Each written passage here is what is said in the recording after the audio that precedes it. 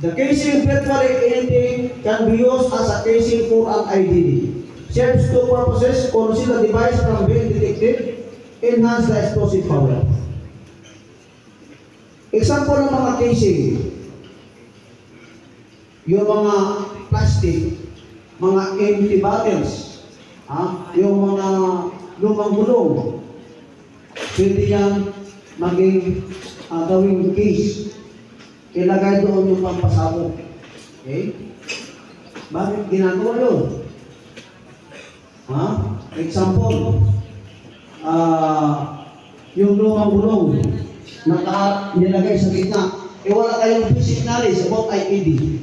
Ito na yun yung importance nito para magkaroon kayo ng idea. What is an IED? Na pag may nakita kayong gulong din sa gitna, maglupit ka lang.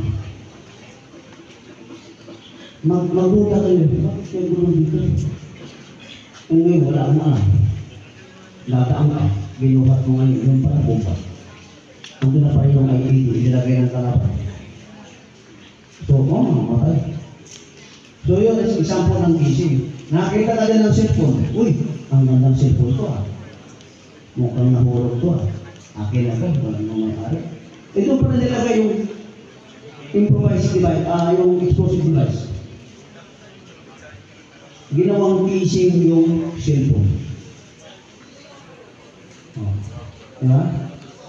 Yun yung natawag na casing to conceal the explosive. Next. Yan yun, yung casing, mga